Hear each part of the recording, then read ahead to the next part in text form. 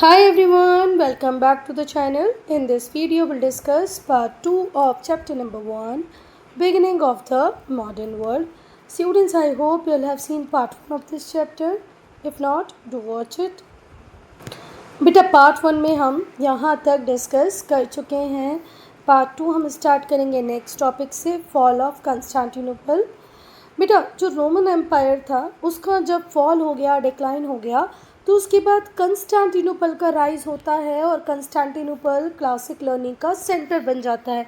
बेटा पूरी हिस्ट्री को जब आप पढ़ते हो तो आप ये देखोगे कि जब एक एम्पायर डिक्लाइन करने लगता है तो दूसरा एम्पायर पीक की तरफ जाने लगता है ना. तो जब रोमन एम्पायर डिक्लाइन कर रहा है तो किसी सिटी की इम्पोर्टेंस बहुत ज़्यादा बढ़ जा रही है और उसका नाम है कंस्टेंटिनोपल. कंस्टेंटिनोपल की आज की अगर हम बात करें तो आज इसका नाम इस्तांबुल हो गया है और ये टर्की की कैपिटल है. ठीक है, तो रोमन एम्पायर के फॉल के बाद कंस्टेंटिनोपल सेंटर बन जाता है क्लासिकल लर्निंग का. जो कंस्टेंटिनोपल की लाइब्रेरीज़ होती हैं वहाँ बहुत इंपॉर्टेंट मैन्यूस्क्रिप्ट्स हैं. किसकी? ग्रीक और लैटिन स्कॉलर्स की लिखी हुई. ग्रीक स्कॉलर्स, लैटिन स्कॉलर्स ने जो मैन्यूस्क्रिप्ट लिखी जो बहुत इंपॉर्टेंट थी वो कहाँ पर ही स्टोर्ड है? कहाँ पर स्टोर थी? कंस्टेंटिनोपल की लाइब्रेरीज़ में. बेटा पर एक टाइम ऐसा आया कि इस कंस्टेंटिनोपल पे तुर्कों का कब्ज़ा हो गया. मैंने बताया ना कि आज ये टर्की का कैपिटल है, इसका नाम इस्तांबुल है. तो ये जो तुर्क लोग थे इन्होंने कंस्टेंटिनोपल पे कब्ज़ा कर लिया. ठीक है, इसे कैप्चर कर लिया. कब कैप्चर कर लिया? 1453 में. और इसकी वजह से बहुत सारे जो ग्रीक स्कॉलर्स थे वो भाग के इटली पहुंच गए, क्योंकि देखो तुर्कों का हमला हुआ है, इस्लाम है ना. और भाई क्रिश्चियनिटी और इस्लाम, ये दो, क्या बोलना चाहिए, जैसे हिंदू मुस्लिम का हम यूज़ करते हैं ना लड़ाई के लिए, वैसे पहले लड़ाई क्रूसेड्स क्रिश्चियन और इस्लाम के बीच में चलते थे. तो जैसे ही ग्रीक स्कॉलर्स को पता चला कि भाई अब तो तुर्क आएंगे यहाँ पर और रूल करने लग जाएंगे, तो वो भाग के कहाँ पहुँच गए? इटली चले गए. और इन्होंने अपने साथ जो रेयर ग्रीक और रोमन्स मैन्यूस्क्रिप्ट्स, तो बेटा जितने भी ग्रीक स्कॉलर्स वहाँ से कंस्टेंटिनोपल को छोड़कर इटली की तरफ आए वो अपने साथ रोमन ग्रीक मैन्यूस्क्रिप्ट को ले आए. ये जो ग्रीक स्कॉलर्स थे क्या करते हैं इटली में आके? तो इन्होंने इटालियन यूनिवर्सिटीज़ में पढ़ाना चालू कर दिया, टीचिंग स्टार्ट कर दी. कहाँ का पढ़ाना चालू किया? बोलोने, नेपल्स, पडोवा यूनिवर्सिटीज़ में ये पढ़ाने लग गए. और यहाँ पर इन्होंने क्रिएट की न्यू अर्ज फॉर लर्निंग. अब बहुत सारे लोग इटली में पढ़ना चाहते थे, एक्सीलेंस को अचीव करना चाहते थे. और यही वो एक रीज़न है जिसके कारण हम कहते हैं कि रेनेसांस को बहुत ज़्यादा स्ट्रांगली फील किया गया फर्स्ट टाइम. कहाँ पर? इटली में ही. इटली में ही फर्स्ट टाइम हमने रेनेसांस को फील किया. अब हम बात करेंगे, ये पैराग्राफ समझ में आ गया बेटा? ग्रीक स्कॉलर्स इटली में आते हैं, वहाँ पढ़ाना चालू कर देते हैं इटालियन यूनिवर्सिटीज़ में, बोलोने, नेपल्स, पडोवा में पढ़ाना चालू कर देते हैं. ठीक है, और यही कारण है कि हम कहते हैं कि इटली में पहली बार हमने रेनेसांस पीरियड को फील किया.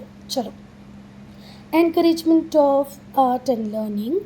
तो बेटा जैसे जैसे सिटी स्टेट्स का राइज हुआ, अर्बन सेंटर्स बनने लगे, तो यहाँ पर ऐसा एनवायरनमेंट क्रिएट हो गया जिसकी वजह से बहुत ज़्यादा कल्चरल एक्सचेंजेस होने लगे. कंड्यूसिव ऐसा एनवायरनमेंट बन गया जो बहुत हेल्प कर रहा था कल्चरल एक्सचेंज में, इनोवेशन में. ये जो वर्ड कंड्यूसिव है इसका मीनिंग होता है हेल्पिंग. ठीक है, या किसी चीज़ को होने में मदद करना, है ना. तो जैसे जैसे अर्बन सेंटर्स बनते गए, सिटी स्टेट बनते गए, तो ये कल्चरल एक्सचेंज में हेल्प कर रहे थे, इनोवेशन में हेल्प कर रहे थे. सिटीज़ जैसे कि फ्लोरेंस, वेनिस, रोम, ये हब बन गए थे आर्टिस्टिक और इंटेलेक्चुअल एक्टिविटीज़ का. बहुत सारी आर्टिस्टिक और इंटेलेक्चुअल एक्टिविटीज़ होने लगी थी वेनिस, फ्लोरेंस और रोम में. इसकी वजह से बहुत सारे स्कॉलर्स रोम, फ्लोरेंस और वेनिस की तरफ आ रहे थे. थिंकर्स कहाँ कहाँ से आ रहे थे? ये थिंकर्स, आर्टिस्ट और स्कॉलर्स पूरे यूरोप से बहुत सारे थिंकर्स, आर्टिस्ट और स्कॉलर्स इन 3 सिटीज़ की तरफ अट्रैक्ट हो रहे थे. बेटा जो वेल्दी इंडिविजुअल्स थे, जो रूलर थे, नॉबल्स थे और चर्च ऑफिशियल्स थे, ये पैट्रन्स बन गए थे किसका, आर्ट्स का, और बहुत सारे वर्क ऑफ आर्ट को कमीशन करने लग गए थे। बेटा देखो, जो रिच लोग होते हैं, नॉबल्स होते हैं, ये कई बार अपने घरों में, कई बार अपने कोर्ट में, कहीं आसपास बहुत सारे जो आर्टिस्ट होते हैं, म्यूजिशियन होते हैं, पेंटर्स होते हैं, उन्हें पैट्रन दे देते हैं। पैट्रन देने का मतलब क्या हो जाता है, फिनेंशियल हेल्प दे देना कि भैया आप लाइवलीहुड की चिंता नहीं करो, आपका बेसिक फूड की जो रिक्वायरमेंट है, बेसिक जो रिक्वायरमेंट है वो हम पूरी करेंगे, आप तो आर्ट की फील्ड में मास्टरी हासिल करो। तो बहुत सारा जो वर्क ऑफ आर्ट था उसे कमीशन करने लगे कौन, church officials, novels, rulers, wealthy merchants, ठीक है। एंड आर्किटेक्चर टू शो, और ऐसा आर्किटेक्चर बनने लगा बेटा इस टाइम में जो वेल्थ, पावर और प्रेस्टीज को शो करता था। तो ये जो वेल्दी इंडिविजुअल्स थे, रूलर्स थे, नॉबल्स थे, इन्होंने आर्ट को पैटर्न दिया, वर्क ऑफ आर्ट को कमीशन किया, साथ ही साथ ऐसे आर्किटेक्चर को भी शोकेस किया जो वेल्थ दिखाता था, पावर दिखाता था, प्रेस्टीज दिखाता था। पैट्रोनेज का मतलब क्या होता है, किसी को फाइनेंशियल हेल्प करना so that he can make his और her masterpiece. Patronage provided financial support, patronage की वजह से फाइनेंशियल सपोर्ट मिल गया आर्टिस्ट को, और इस वजह से उन्हें एक रास्ता मिल गया, एक फ्रीडम मिल गई जिससे वो अपने क्रिएटिव विजन को परस्यू कर सकते थे। अब मेन फीचर्स की बात करेंगे रेनेसांस के मेन फीचर्स। तो पहला फीचर है रैशनलिज्म, तर्क करना, ठीक है, किसी भी चीज़ के पीछे के कारण को जानना। तो जब अर्ली मिडिल एजेस थी तो जितने भी एस्पेक्ट थे ह्यूमन लाइफ के, उन्हें डोमिनेट करता था रिलीजन, धर्म से बहुत डरता था व्यक्ति मिडिल एजेस में। एजुकेशन को चर्च कंट्रोल करते थे, और चर्च का कहना ये था कि रिलीजियस बिलीफ को हर व्यक्ति को एक्सेप्ट करना चाहिए, उस पे बिना क्वेश्चन किए। फिर से ध्यान से सुनो, रैशनलिज्म का मतलब क्या होता है, तर्क करना, रीज़न जानने की बात करना, है ना, क्वेश्चन पूछना। तो जब अर्ली मिडिल एजेस थी तो जो ह्यूमन लाइफ के सारे एस्पेक्ट होते थे उन्हें डोमिनेट करते किया जाता था, किसके द्वारा, रिलीजन के द्वारा। हर एस्पेक्ट को एक्सप्लेन करता था सिर्फ धर्म, धर्म ही डोमिनेट करता था। तो एजुकेशन जो था उसमें पूरा कंट्रोल चर्च का हुआ करता था, और चर्च का मानना ये था कि जो रिलीजियस बिलीफ होते हैं उन्हें बिना क्वेश्चन के एक्सेप्ट किया जाना चाहिए, धर्म में क्वेश्चन नहीं करोगे आप। जब न्यू आइडियाज़ से एक्सपोजर हुआ, जिससे हमने देखा कि कुछ चेंजेस सोसाइटीज़ में आने लग गए, और वो ऐसे चेंजेस थे जो चर्च को बिल्कुल पसंद नहीं आ रहे थे। क्यों? क्योंकि ये जो चेंजेस थे वो उस अथॉरिटी को चैलेंज कर रहे थे जो चर्च के पास थी, चर्च के बिलीव्स को चैलेंज कर रहे थे, हर उस चीज़ को रिजेक्ट करने की बात कर रहे थे जो ब्लाइंड फेथ या सुपरस्टिशन पर आधारित थी। ब्लाइंड फेथ मतलब अंधविश्वास, सुपरस्टिशन मतलब वही रूढ़िवादी, है ना। तो जैसे जैसे नए आइडियाज़ के एक्सपोजर में हम लोग आ रहे थे तो हम चर्च को चैलेंज कर रहे थे, चर्च की प्रैक्टिसेस को चैलेंज कर रहे थे, उस हर बात को रिजेक्ट कर रहे थे जिसके पीछे हमें लॉजिक नहीं दिख रहा था, जो हमें लगता था ये तो ब्लाइंड फेथ है, तो सुपरस्टिशन है, रूढ़िवादिता है। बेटा जितने भी स्कॉलर्स थे, भले वो ग्रीक स्कॉलर्स हों, रोमन स्कॉलर्स हों, सबके ऊपर इन्फ्लुएंस था रैशनलिज्म का, तर्क, रीज़न जानने की कोशिश, ठीक है।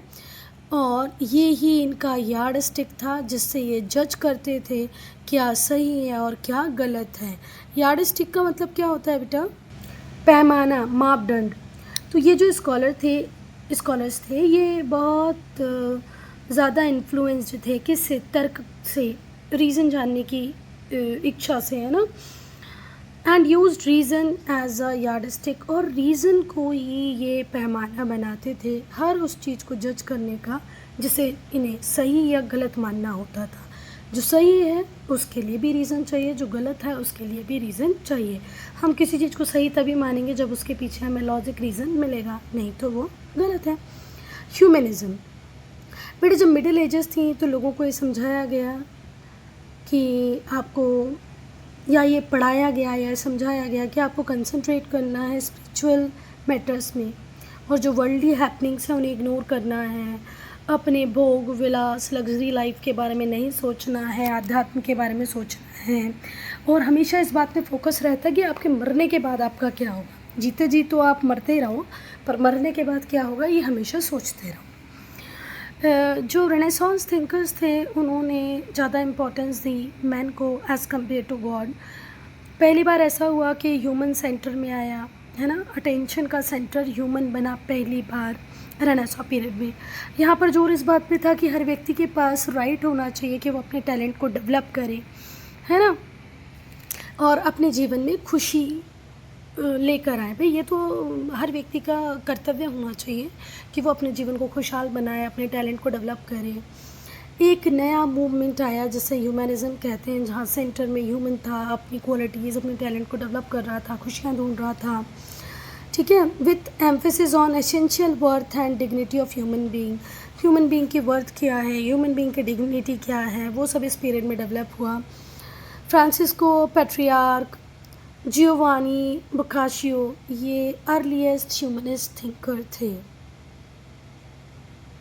तो अगर आपसे पूछा जाएगा अर्लीस्ट ह्यूमनिस्ट थिंकर कौन थे, जियोवानी बोकाशियो और Francesco Petrarch. Spirit of inquiry, question पूछना, जानने की इच्छा। जितने भी रेनेसांस स्कॉलर्स थे बेटा वो स्पिरिट ऑफ इंक्वायरी से बहुत इंस्पायर्ड थे। क्वेश्चन आपके दिमाग में होने चाहिए और फिर उन क्वेश्चन के आंसर को आपको फाइंड करने चाहिए, ठीक है। यहाँ पर एक डिटर्मिनेशन थी कि हमें अननोन को एक्सप्लोर करना है, जिस चीज़ को हम नहीं जानते उसे जानना है। ये जो स्पिरिट थी इंक्वायरी की, यहाँ पर हमने देखा एक नई एज की शुरुआत होती है जिसे हम कहते हैं डिस्कवरीज की एज।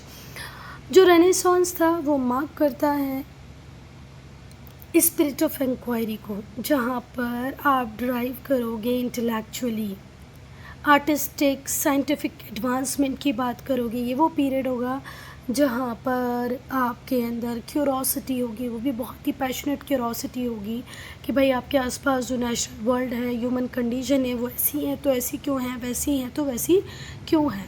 जो रेनेसांस है, मतलब रेनेसांस थिंकर्स हैं, वो इस बात से बहुत इंस्पायर रहते थे कि रीडिस्कवरी होनी चाहिए क्लासिकल नॉलेज की। पुराने टाइम में जो नॉलेज था उसकी रीडिस्कवरी करो, उसको एक बार फिर से सोचो, उसको पढ़ने का तरीका बदलो। इन्होंने क्रिटिकल थिंकिंग को एम्ब्रेस किया, बहुत पसंद करते थे क्रिटिकल थिंकिंग को, और अपने डाउट्स को रेज़ किया किसके ऊपर, ट्रेडिशनल बिलीव्स के ऊपर। जो हमसे कहा जाता है ना ऐसा होता है, हमें नहीं पता इसका कारण क्या, पर ऐसा होता है तो तुम ऐसा कर लो। तो ट्रेडिशनल बिलीव्स के ऊपर इन्होंने डाउट रेज़ किए। ये वो एरा था जब हमने देखा बहुत सारी साइंटिफिक डिस्कवरीज़ होती हैं जो बहुत ग्राउंड ब्रेकिंग होती हैं। मतलब उस टाइम में उस डिस्कवरी का होना बहुत कुछ अचीव करने जैसा था। आर्टिस्टिक इनोवेशंस होते हैं, फ़िलासफ़िकल इंक्वायरीज़ आने लगती हैं और लोग चैलेंज करने लगते हैं नॉर्म्स को, वैल्यूज़ को, ट्रेडिशंस को, और इसी से रास्ता मिलता है मॉडर्न एजेस की तरफ आगे बढ़ने का। मॉडर्न एजेस के लिए रास्ता बनाया ही इंक्वायरी के स्पिरिट ने है। जो स्पिरिट ऑफ इंक्वायरी है, जो रेनेसां पीरियड के टाइम में बहुत डेवलप हुई, उसकी वजह से कल्चरल रीअवेकनिंग आई। लोगों ने अलग तरीके से सोचना चालू किया संस्कृति के रिगार्ड में। इन्होंने वैल्यूज़ दी किसको, रीज़न को, emphasizing the value of reason. भाई कारण जानना, रीज़न जानना, किसी भी चीज़ का उसकी बहुत वैल्यू है।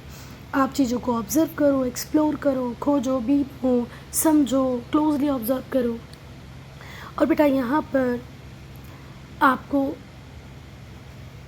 रीज़न की वैल्यू पता होनी चाहिए, ऑब्जर्वेशन आपके अंदर होना चाहिए, एक्सप्लोरेशन होना चाहिए, in the pursuit of knowledge, knowledge की तलाश में आप निकलो।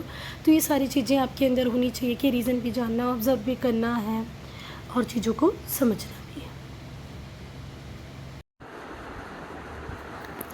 Renaissance it's different aspects.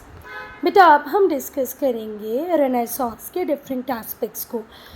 अगर आपको रेनेसांस की भावना को, आत्मा को समझना है या क्या रेनेसांस पीरियड था उसको जानना है, तो ये आप तभी जान पाओगे जब आप उस टाइम में बनी paintings, sculpture, architecture, literature, exploration और डिस्कवरीज़ को जानोगे।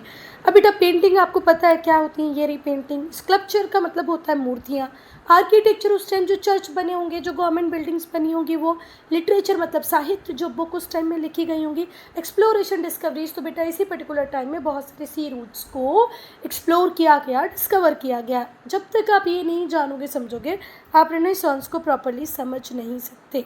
अब सबसे पहले हम किसको डिस्कस करेंगे, पेंटिंग्स को।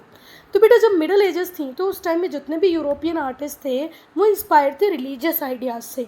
जितनी भी पेंटिंग बनती थी उसकी सेंट्रल थीम गॉड, रिलीजियन ही होता था।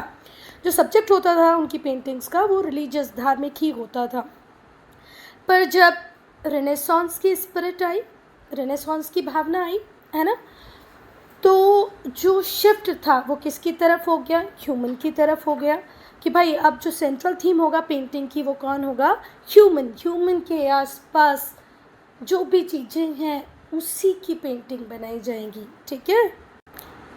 The renaissance spirit of humans appreciating there beauty, human की ब्यूटी को अप्रिशिएट किया, बहुत एलोक्वेंटली, बहुत चतुराई से, बहुत अच्छे तरीके से पेंटिंग्स में उसे एक्सप्रेस किया गया। जितने भी आर्टिस्ट थे उन्होंने फिज़िकल वर्ल्ड में ब्यूटी को देखना चालू कर दिया, ह्यूमन फिगर्स को पेंट करना चालू कर दिया with sharp features, beauty, harmony and grace. Grace के साथ, हार्मनी के साथ, ब्यूटी के साथ और बहुत शार्प फीचर बनाते हुए ह्यूमन फिगर्स को पेंट करना चालू कर दिया। एलोक्वेंटली का मतलब होता है बहुत ही खूबसूरती से, चतुराई से। तो अब पेंटिंग्स के थ्रू जो ह्यूमन की ब्यूटी है उसे एक्सप्रेस किया जा रहा था। ह्यूमन फिगर्स में शार्प फीचर्स बनाए जा रहे थे, हार्मनी और ग्रेस दिखाया जा रहा था। लियोनार्डो दा विंची एक पेंटर ये हो गए, माइकल एंजेलो, राफेल, ये बहुत फेमस रेनेसांस आर्टिस्ट थे, पेंटर्स थे। लियोनार्डो दा बेटा जैसे स्टैचू ऑफ डेविड बहुत ज़्यादा फेमस है, वैसे ही पिएटा और मॉसिस का जो स्कल्पचर है वो भी बहुत ज़्यादा फेमस है। अब हम राफेल को पढ़ेंगे। 1483 में इनका बर्थ होता है, 1520 में इनकी डेथ होती है। जो लियोनार्डो दा विंची के कंटेम्प्ररी होते हैं, माइकल एंजेलो के कंटेम्प्ररी होते हैं, मतलब साथ में, एक ही साथ में ये लोग रह रहे होते हैं अलग अलग जगह पे। ये एक्सट्रीमली गिफ्टेड पेंटर होते हैं। इन्हें इनकी पेंटिंग के लिए जाना जाता है जो है मडोना एंड चाइल्ड, ठीक है। तो भाई ये भी बहुत गिफ्टेड पेंटर थे। लियोनार्डो दा विंची और माइकल एंजेलो के कंटेम्प्ररी ही थे। इन्हें इनकी पेंटिंग मडोना एंड चाइल्ड के लिए जाना जाता है।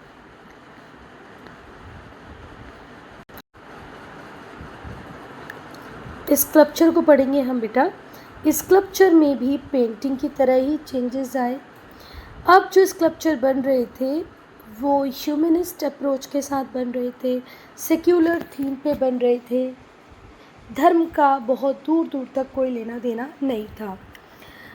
बहुत डिटेल में स्टडी किया गया था ह्यूमन एनाटॉमी को, ह्यूमन का जो बॉडी स्ट्रक्चर होता है उसको बहुत डिटेल में इसलिए पढ़ा गया जिससे जो स्कल्पचर, जो मूर्तियाँ हम बनाए वो ह्यूमन जैसी तो दिखे। और इसी वजह से जो रेनेसांस स्कल्पचर थे वो बहुत ग्रेसफुल और रियलिस्टिक फिगर्स बना पाए। लोरेंजो घिबर्टी बहुत ही फेमस स्कल्पटर थे। कहाँ के? इटली के। स्कल्पटर का मतलब क्या होता है बेटा? मूर्तिकार। इटली में बहुत सारे फेमस मूर्तिकार हुए, स्कल्पचर हुए, उनमें से एक लोरेंजो घिबर्टी भी थे। पर अगर आपसे कोई पूछे मोस्ट फेमस कौन थे, most famous sculpture of renaissance period, तो आप बोलना माइकल एंजेलो। अब बेटा हम आर्किटेक्चर की बात करेंगे तो जो रेनेसांस आर्किटेक्ट थे उन्होंने गोथिक स्टाइल का जो आर्किटेक्चर था उसे रिजेक्ट किया। जो लेटर मिडेवल पीरियड में चलता था, लेटर मिडेवल पीरियड में गोथिक स्टाइल का जो आर्किटेक्चर चलता था उसे पूरी तरीके से रिजेक्ट किया रेनेसांस आर्टिस्ट ने, क्योंकि वो इंस्पायर थे एंशिएंट रोमन और ग्रीक आर्किटेक्चर से। बेटा रोमन और ग्रीक आर्किटेक्चर जो एंशिएंट टाइम में था वो बहुत ही सुपर्ब था, तो उससे इंस्पायर थे रेनेसांस आर्किटेक्ट, उन्हें गोथिक स्टाइल आर्किटेक्ट पसंद नहीं था। Renaissance architecture had domes, pillars and arches. तो रेनेसांस पीरियड में जो आर्किटेक्चर बना उसमें डोम होता था, पिलर्स होते थे और आर्चेस होती थी। ठीक है। जो सेंट पीटर्स चर्च बना है रोम में, उसे डिज़ाइन करने वाले कौन थे, बताओ ज़रा। डोनाटो ब्रामंटे एंड माइकल एंजेलो। ठीक है। तो अगर मैं आर्किटेक्चर की बात करूँ तो जो रेनेसांस आर्किटेक्ट थे उन्होंने गोथिक स्टाइल को पूरी तरह रिजेक्ट डिस्कार्ड किया जो मेडिवल पीरियड में चलता था, क्योंकि हमारे जो आर्किटेक्ट थे रेनेसांस पीरियड के, उन्हें एंशिएंट रोमन और ग्रीक आर्किटेक्चर बहुत पसंद था जिसमें डोम्स, पिलर, आर्चेस करते थे। सेंट पीटर चर्च जो रोम में बना है उसे डिज़ाइन करने वाले हैं डोनाटो ब्रामंटे एंड माइकल एंजेलो। अब हम म्यूज़िक की बात करेंगे तो म्यूज़िक के फील्ड में भी रेनेसांस पीरियड में बहुत काम हुआ है। न्यू इंस्ट्रूमेंट्स पॉपुलराइज हुए हैं जैसे पियानो, वायलिन। ठीक है। पियानो, वायलिन किस टाइम में बहुत ज़्यादा पॉपुलराइज हुए, रेनेसांस पीरियड में।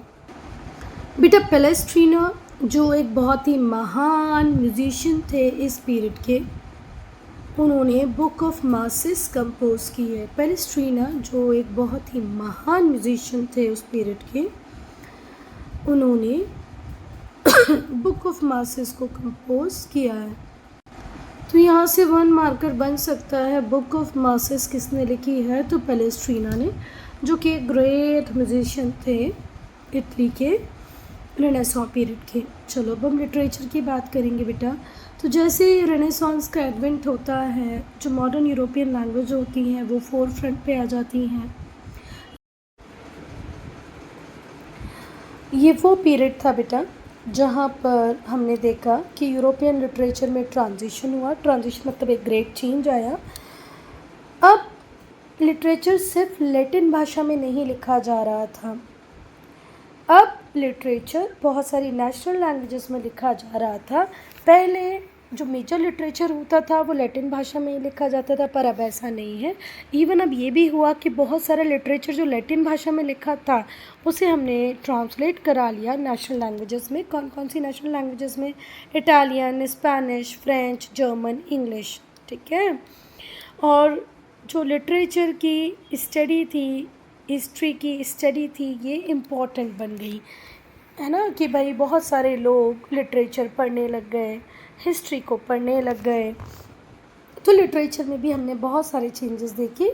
फोकस लैटिन से शिफ्ट होकर नेशनल लैंग्वेजेस आ गया। जो फर्स्ट लैंडमार्क वर्क था रेनेसांस पीरियड का वो किसने दिया था, दांते। जो वर्क था उसका नाम था डिवाइन कॉमेडी, जो इटालियन भाषा में लिखा गया था। ये इस बात पे एम्फेसाइज करता था, जोर देता था, किस बात को एम्फेसाइज करता था, जोर देता था, human love and free thinking. तो दांते का जो डिवाइन कॉमेडी था जो इटालियन भाषा में लिखा गया था रेनेसांस पीरियड में, वो इस बात पे जोर देता था, किस बात पे बेटा, human love and free thinking. Human में आपस में लव होना चाहिए और ये लोग फ्री होके सोचें।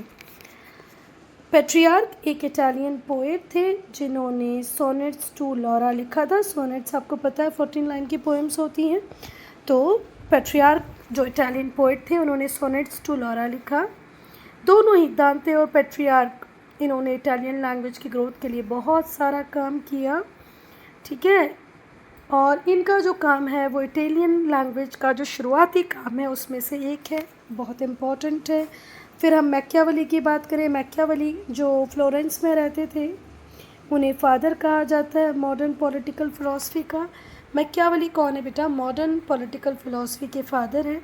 इनकी जो बुक थी द प्रिंस, वो डील करती थी पॉलिटिकल इंट्रिकेसीज में। किसकी political intricacies, state craft, political intricacies of state craft. आप अपनी कंट्री के इंटरनल अफेयर्स को, एक्सटर्नल अफेयर्स को कितना डिप्लोमेटिकली हैंडल कर सकते हैं, कब आपको चुप रहना है, कब आपको बोलना है, ये सब कुछ था किसमें, द प्रिंस में, है ना, जो था political intricacies of state craft. एक कंट्री को, एक राज्य को कैसे चलना चाहिए, वो हमें किसने सिखाया?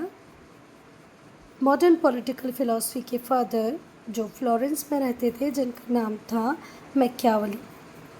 चलो फिर बात करेंगे हम एरास्मस की, जो कि एक डच स्कॉलर थे, जिन्होंने लिखा इन प्रेस ऑफ फॉली, जिसमें इन्होंने जो चर्च की करप्ट प्रैक्टिसेस थी ना, उसको अटैक किया।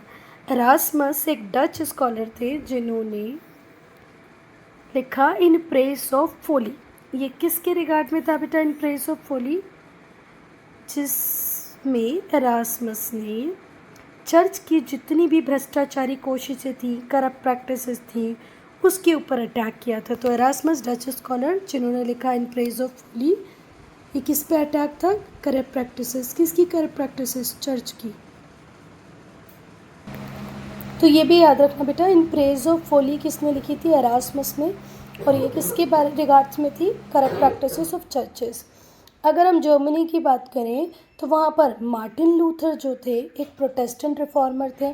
उन्होंने भी चर्च की करप्ट प्रैक्टिसेस, चर्च की फेलियर्स को बहुत प्रॉपरली एनालाइज किया। चर्च में सच में बेटा बहुत सारी ऐसी प्रैक्टिसेस होती थी जो नहीं होनी चाहिए थी। कि इन्होंने जब चर्च की प्रैक्टिसेस को देखा, जाना, समझा, उनकी फेलियर्स को समझा, तो उन्होंने भी क्रिटिसिज्म किया चर्च का, और ओपन क्रिटिसिज्म किया। 95 थीसिस लिखी, ठीक है। His criticism of church asserted in an era of reformation of Christian religion. Christian religion में reformation इनकी वजह से ही आया है। किनकी वजह से? Martin Luther. इन्होंने जब 95 थीसिस लिखी, उसे विटनबर्ग के डोर पे लगा दिया, तो जितने भी फादर्स वगैरह थे, प्रीस्ट थे चर्च के अंदर, उन्होंने सोचा कि भाई हमें भी अब कुछ रिफॉर्म करने की ज़रूरत है, और उन्होंने फिर रिफॉर्मेशन मूवमेंट आई। बेटा अगर हम इंग्लैंड की बात करें तो इंग्लैंड में जो मोस्ट इम्पॉर्टेंट मैनिफेस्टेशन था रेनेसांस पीरियड का, मैनिफेस्टेशन मतलब डिस्प्ले, वो किसके थ्रू हुआ? लिटरेचर के थ्रू हुआ। This was one of the finest time, ये बहुत फाइन टाइम था जहाँ पर हमने देखा इंग्लिश लैंग्वेज बहुत फ्लरिश करती है ना, वहाँ पे लोग एक्सेल कर जाते हैं। तो इंग्लिश लैंग्वेज स्कॉलरशिप, इसके लिए ये फाइनेस्ट टाइम था।